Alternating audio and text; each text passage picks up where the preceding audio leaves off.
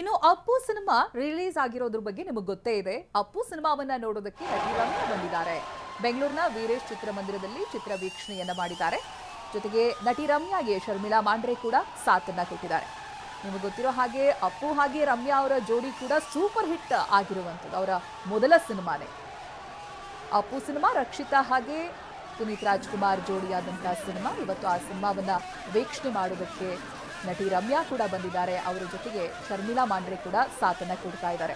ಅವತ್ತಿನ ದಿನ ಹೇಗೆ ಅಪ್ಪು ಸಿನಿಮಾ ಬಗ್ಗೆ ಕ್ರೇಜ್ ಇತ್ತು, ಅಭಿಮಾನಿಗಳು ಸೇರ್ತಾ ಇದ್ರು, ಈಗ ರಿಲೀಸ್ ಆದಾಗ್ಲೂ ಕೂಡ ಅಷ್ಟೇ ಸಂಖ್ಯೆಯಲ್ಲಿ ಅಭಿಮಾನಿಗಳು ಸೇರ್ತಾ ಇದ್ದಾರೆ.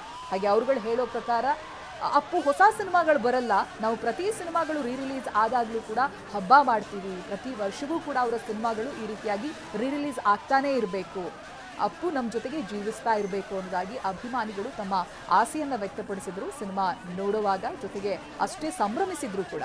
ಇನ್ನು ಅಪ್ಪು ಸಿನಿಮಾವನ್ನು ವೀಕ್ಷಣೆ ಮಾಡೋದಕ್ಕೆ ಇದಾಗಲೇ ಸಾಕಷ್ಟು ಜನ ಸೆಲೆಬ್ರಿಟೀಸ್ ಕೂಡ ಬಂದಿದ್ದಾರೆ. ಇವತ್ತು ನಟಿ ರಮ್ಯಾ ಅವರು ಬಂದಿದ್ದಾರೆ. ಅವ್ರ ಜೊತೆಗೆ ಶರ್ಮಿಳಾ ಮಾಂಡ್ರೆ ಅವರನ್ನ ಕೂಡ ನೀವು ದೃಶ್ಯದಲ್ಲಿ ಗಮನಿಸ್ತಾ ಇದ್ದೀರಾ. ಅಪ್ಪು ಸಿನಿಮಾವನ್ನ ವೀಕ್ಷಣೆ ಮಾಡಿದ್ದಾರೆ. ಸೊ ಓಪನಿಂಗ್ ಡೇ ರೆಸ್ಪಾನ್ಸ್ ಅನ್ನ ಕೂಡ ನಾವು ನಿಮಗೆ ತೋರಿಸ್ತಾ ಇದ್ವಿ. ಇಡೀ ಥಿಯೇಟರ್ ಮುಂದೆ ಹಾಗೆ ಥಿಯೇಟರ್ನ ಹೊರಭಾಗದಲ್ಲಿ ದೊಡ್ಡ ದೊಡ್ಡ ಕಟೌಟ್ಗಳನ್ನ ಹಾಕಿ ಸಂಭ್ರಮಿಸಿದ್ರು ಅಪ್ಪು ಅಭಿಮಾನಿಗಳು.